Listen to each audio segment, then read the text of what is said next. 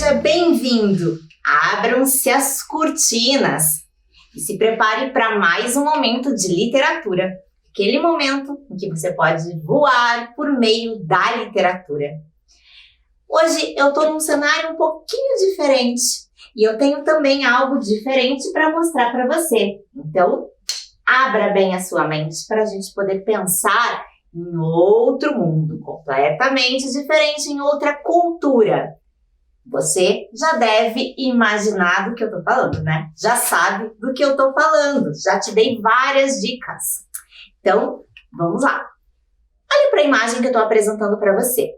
O que ela te lembra? Você consegue ver que é uma pessoa de uma etnia diferente, né? Tem alguns traços diferentes. Mas ela também está com um adereço muito próximo do rosto. O que é? É uma máscara. E que máscara é essa? Não é a máscara que a gente está acostumado a usar agora nos tempos de pandemia, que são máscaras de proteção. Essa máscara tem outro objetivo. E você já sabe qual é? Eu acho que o cenário que eu compus aqui para você já te dá todas as dicas. Então, acho que você já sabe. Bom, também falando dessa personagem aqui, dessa pessoa que está aparecendo ali, que é uma oriental. E hoje eu até imitei um pouquinho dos trajes. Mas estamos falando de um tipo específico aí. E eu quero que você pense um pouquinho comigo. Você sabe o que é uma geisha? Então, geisha é uma mulher que desde jovem é treinada para dançar e cantar em casas de chá, com o objetivo de agradar ou distrair os frequentadores. Na verdade, é um tipo de artista específica lá do Japão. E olha, por mais que seja definido dessa forma, as geishas elas são diferentes de acordo com os lugares lá. Então, assim, no Japão mesmo existem diferentes tipos de geisha. Então, podem ver ali que tem de informação. É uma artista profissional que possui amplos conhecimentos sobre a estética japonesa e ajuda a manter vivas as tradições culturais do Japão. As geishas podem ser vistas em todo o Japão, mas seus costumes diferem bastante de um lugar para o outro. Podem ser bem diferentes, né? Como eu falei para você. Até é muito comum os turistas no Japão procurarem as geishas e pedirem para que elas posem para fotos.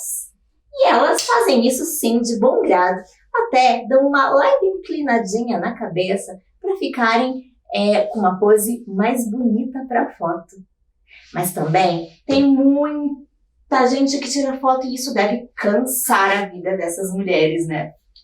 Enfim, o que eu tenho para trazer para vocês também é um tipo de texto que nós ainda não vimos nas nossas aulas de literatura. É uma categoria específica do teatro, mas não é um teatro qualquer. E aí a gente viu aquela japonesa com uma máscara e ajudou um pouquinho também a compor esse tipo de composição teatral. Como eu disse, um tipo bem específico. Eu não vou conseguir reproduzir, porque eu não sou muito boa em cantar. Agora você já sabe. Bom, o gênero que eu vou apresentar para você hoje é uma ópera. Você já ouviu alguma ópera? Você já assistiu a alguma ópera? Já ouviu falar de ópera? Bom, eu vou te dar algumas informações sobre isso. Ópera é um gênero de teatro onde todo o texto é cantado com acompanhamento de instrumentos musicais, coro de cantores, atores, bailarinos e figurantes. A palavra ópera surgiu do termo opus, que vem do latim e significa obra. Estamos falando de obra, uma obra literária cantada. Então, é esse tipo específico, não é qualquer peça de teatro. Geralmente são muito longas, elas têm horas e horas de duração.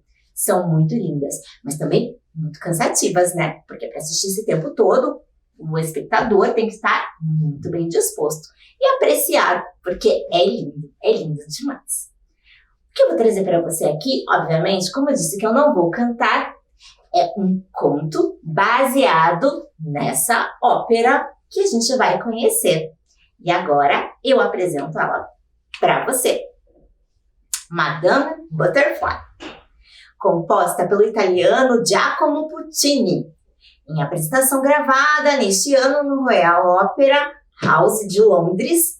A direção da montagem é de Moshe Laser e Patrice Corey. Bom, o que você pode perceber é que é baseado numa obra italiana, o conto que eu vou trazer para você hoje, né, do italiano ali, do Giacomo Puccini, que por sua vez também se baseou em outro texto. E é isso que a gente vai começar a ver, as particularidades deste texto, de Madame Butterfly.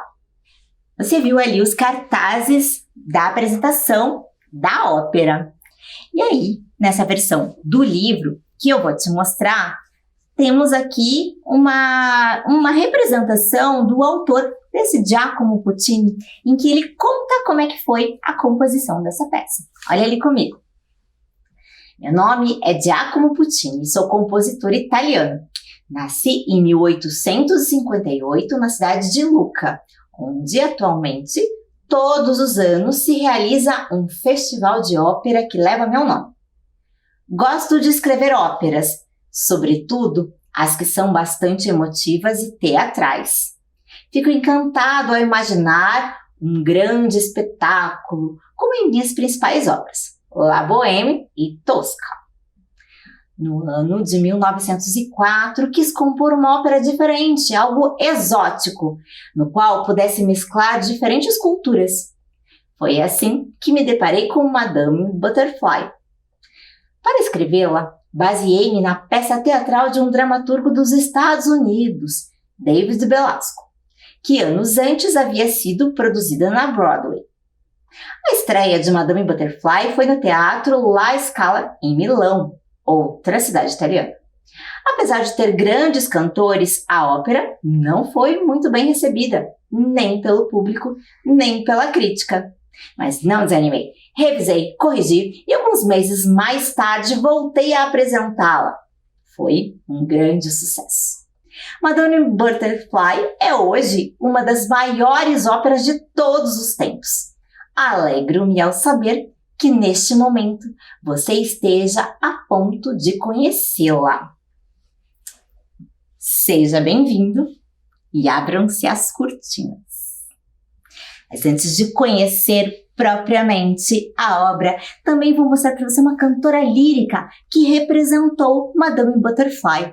Ela fez realmente a representação lá da ópera e ela conta pra gente que foi muito importante ter estudado para esse papel, ter incorporado de fato essa personagem tão rica que é a Cho-Cho-san, que você vai conhecer já já. Mas ela diz que ela teve que mergulhar nas tradições japonesas e teve que cantar também muito bem. Apesar de ela ser muito experiente, ela conta essa como uma das experiências mais ricas dela. Muito importante a gente saber também, né? Muito legal. Bem, então vamos para a história. E a história, afinal, quem quer que eu conte? Que diga sim, sim, sim, Salabim, seu desejo é uma ordem. E hoje você vai abrir as asas da imaginação, literalmente. Vai abrir mesmo com Madame Butterfly. Então, conheça essa história, que é um conto baseado na ópera. Bem bacana, conheça a história de Madame Butterfly. Bem, Madame Butterfly é essa moça que se chama Cho-Cho-san, é assim que se pronuncia, Cho-Cho-san, que quer dizer Madame Butterfly ou Senhora das Borboletas. Cho-Cho era uma jovem moça japonesa que vivia nas tradições de seu país e vivia muito bem lá com sua família, seguindo todas as tradições japonesas. Acontece que, de vez em quando, chegava lá no Japão, alguns navios e homens passariam tempos por lá em missões. Então, esses navios vinham e não se sabia quanto tempo esses homens permaneceriam nesses lugares. E foi numa dessas viagens que chegou no Japão o jovem Pinkerton. E ele, imediatamente, se apaixonou por Cho-Cho-san. Pediu-a em casamento. E a família dela, obviamente, não poderia aceitar, pois era um jovem inglês que não fazia parte de suas tradições, de quem ela nada sabia, nem a família também. Cho-Cho estava tão apaixonada por aquele jovem tão belo e disposto a viver com ela, que não quis saber de mais nada. Nesse momento, ela renegou as tradições de sua família, todas essas tradições japonesas. Deixou de lado, se converteu inclusive à religião de Pinkerton, porque viveria com ele para sempre. Um amigo de Pinkerton ainda o alertou, dizendo que ele não poderia fazer isso de maneira tão fútil com uma moça, ou seja, ia casar com ela simplesmente por casar. Eles tinham acabado de se conhecer. Enquanto isso, Pinkerton ainda brindava com seus amigos, comemorando o dia em que ele se casaria com uma nobre inglesa. Mas por enquanto, ele estava no Japão e iria aproveitar aquela vida. Acabou se casando com a pobre Cho-Cho-san. Viveram dias muito felizes. Ela estava completamente feliz mesmo por ter se casado com aquele jovem rapaz tão bonito que prometia um mundo todo para ela. E assim passaram alguns dias. Passaram-se meses até que Pinkerton deveria regressar à sua terra. E nesse momento, Cho-Cho-san ficou apenas com a sua aia, que era sua dama de companhia, que ajudava com as tarefas de casa e do lar, Suzuki. Pinkerton a deixou, prometendo que logo voltaria para sua bela borboleta. Mas essa promessa não era verdade. Ele não tinha intenção nenhuma de regressar. Cho-Cho estava completamente iludida e passaram-se dias após dias e meses e anos.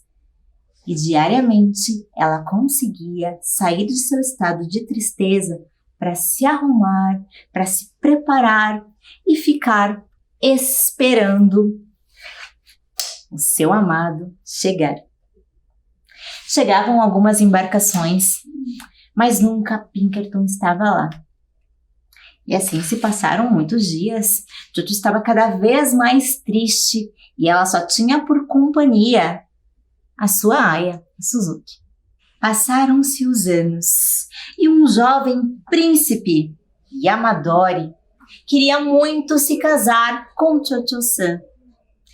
Fez a proposta e ele era um príncipe japonês, ele tinha todas as tradições. Isso agradaria muito a família de Cho-Cho-san e ela poderia voltar ao seio do seu lar, mas ela recusou várias vezes todas as tentativas daquele príncipe, porque ela não poderia se casar novamente. Ela disse que já era casada e que ela estava aguardando que Pinkerton voltasse, o que não acontecia. Bem, até que num certo momento ela avistou o navio de Pinkerton chegando. Tão alegre ficou seu coração que ela foi imediatamente se arrumar e ajeitou toda a casa e pediu para que Suzuki preparasse tudo e deixasse perfeita para que seu amado chegasse. Ela tinha também uma grande surpresa para ele. Ninguém poderia imaginar. Suzuki foi à frente, começou a arrumar tudo e quando viu de fato, descendo daquele navio, Pinkerton, acompanhado de sua esposa legítima, a Kate Pinkerton. Suzuki já identificou na hora o que estava acontecendo. Tentou proteger Cho-Cho-san, mas era tarde demais. Assim que ela avistou a cena, entendeu tudo. Naquele momento, o jovem Pinkerton também se arrependeu do que tinha feito, pois ele não tinha noção que durante todo aquele tempo o Cho-Cho-san esperava todos os dias e se preparava para aquele momento. Ele se arrependeu, mas não tinha mais o que fazer. Nesse momento, Cho-Cho trouxe o presente que o aguardava. Era um jovem menino, Dolore, filho de Pinkerton, porque quando ele partiu, deixou Cho-Cho-san grávida. Ela guardou esse segredo durante todo esse tempo. Kate Pinkerton, a esposa, não tinha filhos e disse então que ela desejaria cuidar daquela criança. E foi o que aconteceu. Aquela criança foi dada para ir embora para a Inglaterra com o pai e com essa nova mãe. O que aconteceu na sequência é que Cho-Cho estava tão triste, chamou seu filho e teve um ritual de despedida, porque ela percebeu que todo aquele tempo de espera tinha sido em vão. Ela precisava alçar novos voos. Ela se despediu de seu filho nesse momento. E o que aconteceu com ela é que estava tão triste, sentiu um vazio enorme em seu interior. Por isso, ela decidiu abrir as suas asas multicoloridas e viajar para um lugar onde as tristezas não lhe façam doer mais o coração. Batendo essas asas multicoloridas, ela passou por uma transformação. Você consegue perceber que transformação foi essa por qual Cho-Cho-san passou? A Madame Butterfly se transformando em borboletas multicoloridas. É uma simbologia muito bonita, não é? Bem, essa versão que eu trouxe para você, que é adaptada por Alejandra Smith, é uma das versões, né, um reconto da ópera. Também existe outra do Benjamin Lacombe, mas essa não tem uma tradução em português. Em português, há uma adaptação com uma história um pouquinho diferente e que eu vou contar para você agora, para que a gente possa fazer essas comparações. E essa se chama O Voo das Borboletas. É isso, essa que eu apresento para você agora, O Voo das Borboletas. Aqui nós temos personagens um pouquinho diferentes. Ainda estamos falando da cultura japonesa. E é uma jovem japonesa chamada Naoko que protagoniza O Voo das Borboletas. Essa jovem tinha perdido a mãe e ela vivia com sua Aya, a criada da casa, Suzuki. Tem alguma semelhança, né? Pois bem, ela vivia com o seu pai e ela desejava muito poder estudar literatura.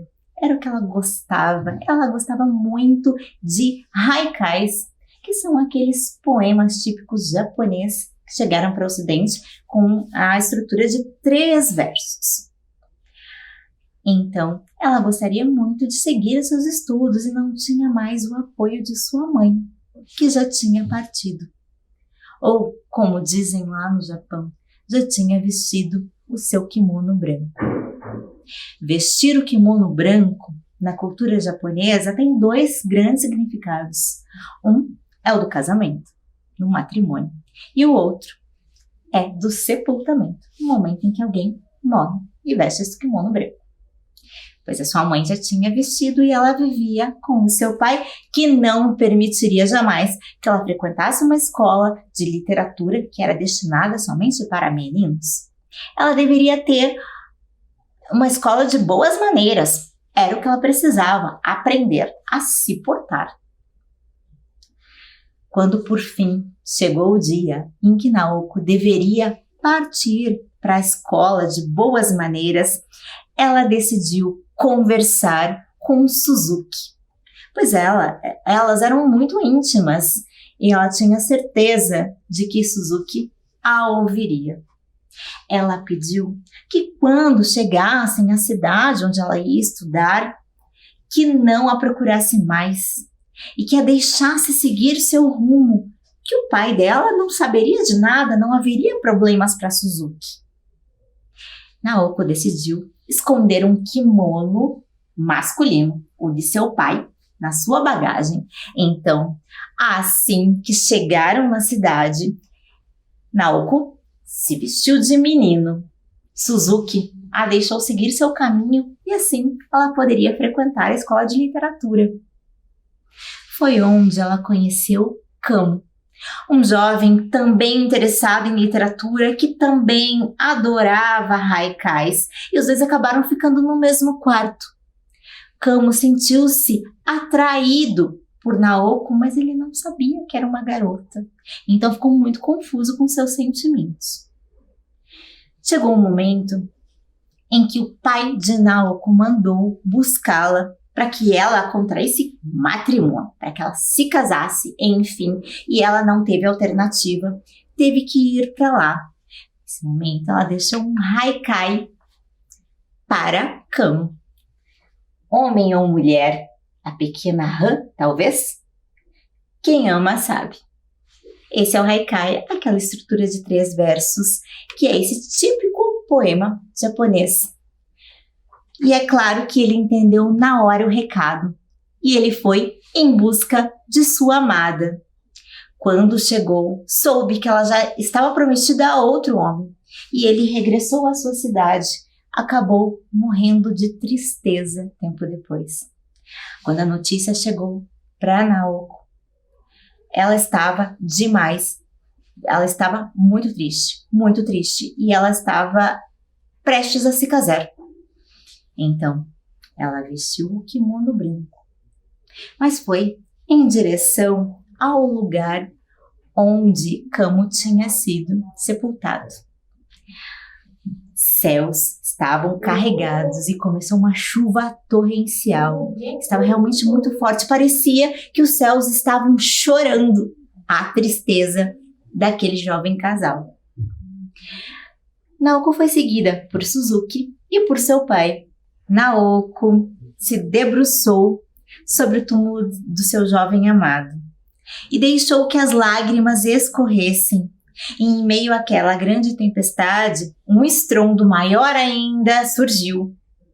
Não se viu em que momento aquela pedra foi arrastada e se moveu de novo, mas que Naoko já estava lá. Tinha simplesmente saído e ido para aquele se abriu completamente. Num piscar de olhos, a pedra se fechou de novo. Assustados, assistiam a essa cena o pai de Naoko e Suzuki. O que aconteceu na sequência é que 2 borboletas saíram por uma fenda ainda aberta na lápide e juntas voaram em rodopios em direção ao céu brilhante. Naoko e Kamo, enfim, podiam se amar livremente. Você conseguiu perceber a semelhança entre essas histórias? Da cultura, do que a cultura japonesa pode trazer, de como a mulher também é representada nessa cultura e dos desejos delas. As histórias e trajetórias das 2 personagens são diferentes, mas a simbologia que temos nessa transformação final é muito importante e é nisso que eu gostaria que você pensasse a partir dessas 2 histórias, nessa transformação por que passaram Cho-Cho-san e Naoko. São transformações diferentes e estão representadas pela borboleta. É bonita a simbologia. Vamos pensar na metamorfose das borboletas. E aí fica o convite para você conhecer essas obras na íntegra e saber um pouquinho mais da transformação dessas corajosas mulheres. Você hoje fez um voo pela história de Madame Butterfly, a Senhora das Borboletas, e pelo voo das borboletas.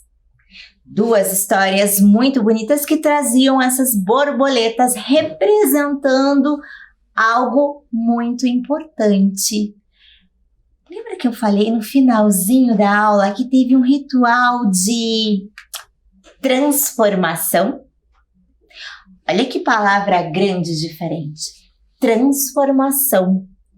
Você sabe o que significa transformação?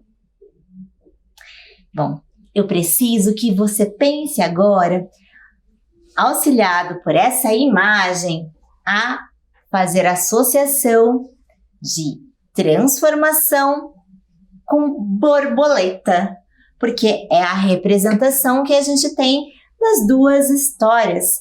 No final, Madame Butterfly se transformou em borboletas multicoloridas, enquanto que Naoko e Kamo também foram representados por duas borboletas que voaram em círculos lindamente.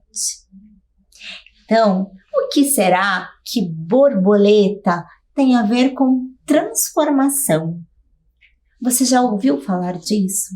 Da metamorfose, que é uma transformação, porque passam as borboletas.